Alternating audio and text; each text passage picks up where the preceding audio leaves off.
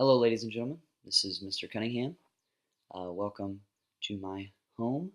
This is where we're going to be learning about metric units and also something called the International System of Units, or SI units. Metric units and SI units are important to science and how we can record and also relay data between other scientists.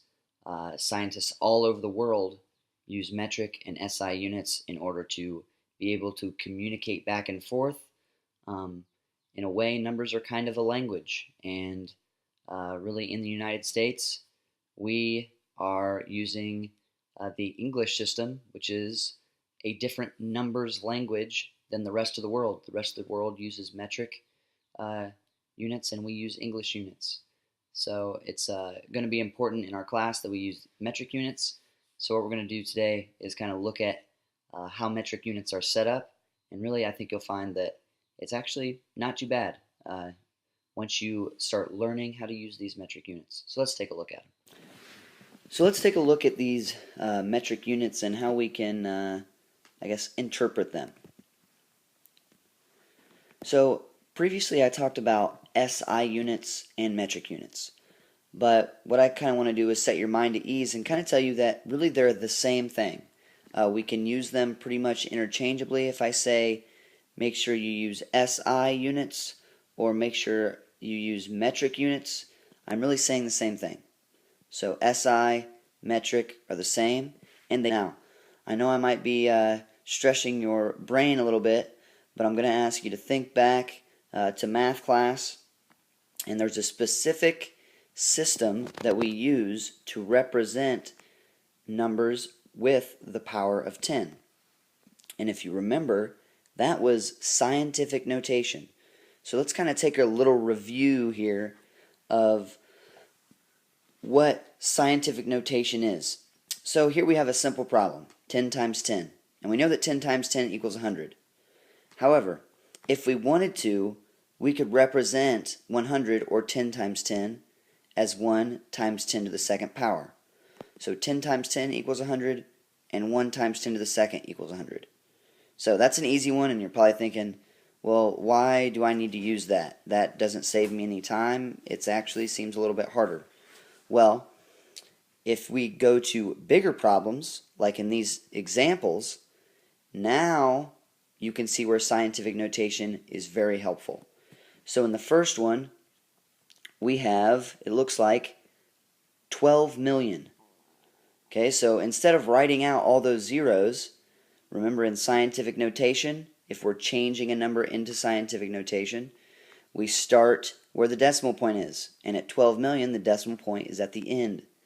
So we count how many spaces we have to move the decimal point in order to make a number between 1 and 10. And we put that number in front. So the number that we created by moving the decimal point was 1.2. So we put 1.2 in the front. Then we find out how many spaces we moved. We moved 7 spaces. So we put the 7 as the exponent on the 10. So to write 12 million in scientific notation, we would write 1.2 times 10 to the 7th power. And now here's how we kind of go the opposite direction. In example 2, here we have 0.0003. Well, we can write that in scientific notation by moving the decimal point until we have a number between 1 and 10. So if we move it all the way to the right, we would end up with 3.0. We move the decimal point over 4 spots. But remember, when we move the decimal point to the right, we have to make the number negative. So we move the decimal point 4 spots to the right, so we make it a negative 4, so the scientific notation for 0.0003 would be 3.0 times 10 to the negative 4th power. So that's kind of just a little bit of a review on how we do scientific notation, and that's going to kind of have to do with how we look at and how we can interpret metrics. So in metrics, I said that they have base units. Now these base units there's tons of base units. So the ones on the left, like meters, liters, and grams, also bytes and watts, you are probably familiar with. You've heard of those.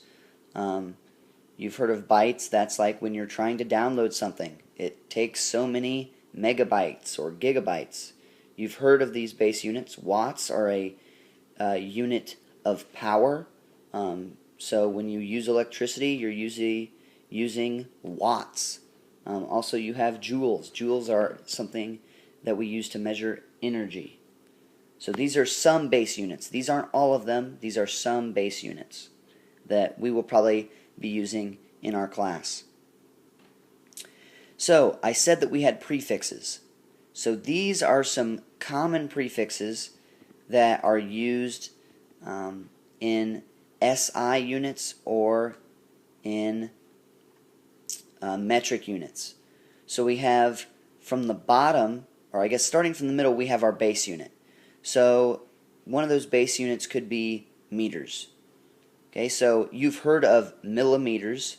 So if we start from the bottom and work bottom left corner and work our way up, our prefixes are milli, centi, deci, then our base unit, then deca, hecto, and kilo. So you've heard of millimeters or milliliters or milligrams.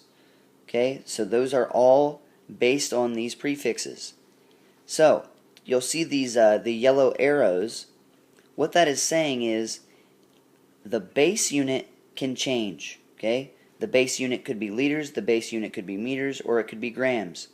So if you'll follow the yellow arrow up from the B on base, it has a times 10 and it goes to deca. Okay, what that's saying is if you have a decaliter would be 10 times larger than a liter. If you had a hectoliter, that would be 100 times larger than a liter.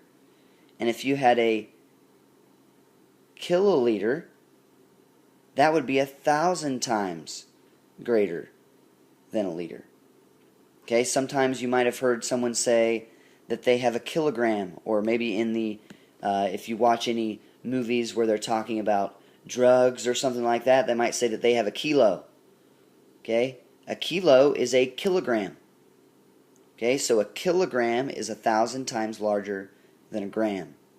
Now it can also go the other way. You've probably heard of centimeters and millimeters. Probably you haven't heard of decimeters as much. But what if you'll follow the yellow arrow from the A on base to deci? What that means is a decigram is 10 times, and it's not 10 times larger, it's 10 times smaller than a gram. Okay? If we were talking about meters, okay, a centimeter is 100 times smaller than a meter. It takes 100 centimeters to make a meter. For a milliliter, it takes 1,000 milliliters to make 1 liter. Same thing for millimeters. It takes 1,000 millimeters to make 1 meter. So a millimeter is 1,000 times smaller than a meter. Now at the bottom, you have an acronym. Okay? So this stands for, if you'll look at the red underlining on our prefixes, the first letter of each of those prefixes is the first letter of the word in that acronym. So K in KISS stands for kilo. So this is kind of an easy way to help you remember these prefixes. So kilo, hecto, deca, the base, deci, centi, milli. Okay, you can remember this acronym. Kiss her daily because divorce costs much. If you remember that acronym, you can remember. It can help you remember these prefixes. So let's kind of look, kind of finish up here. What we talked about with prefixes. Okay, kilo, remember, means 1,000 times greater. Okay, So 1 kilobyte is equal to 1, remember the scientific notation, 1 times 10 to the third. 10 to the third is the same thing as 1,000. 10 times 10 is 100. 100 times 10 is 1,000. So 1 kilobyte is equal to 1,000 bytes. Okay, a kilobyte is 1,000 times greater than a byte. Okay, same thing with a milligram. A milligram is 1,000 times smaller. Remember the prefix milli, okay, means 1,000 times smaller. So that's why we put 10 to the minus 3. We're making the gram smaller, so it's milli. So 1 times 10 to the minus third is the same thing as 1 times 0.001. Okay, so a milligram is equal to 1 times 10 to the minus 3 grams, which is the same thing as 0.001 grams, or it is 1,000 times smaller than a gram. Well, I hope that you learned a little bit, at least, about how we can use metric units or SI units in our classes. And hopefully you kind of learned a little bit about the prefixes. We're going to keep kind of practicing these in class a little bit to get more familiar with them so that we'll be able to use them in our classes in order to relay data and the results that we get in our labs. Uh, Thank you for watching, and I'll see you next time in class.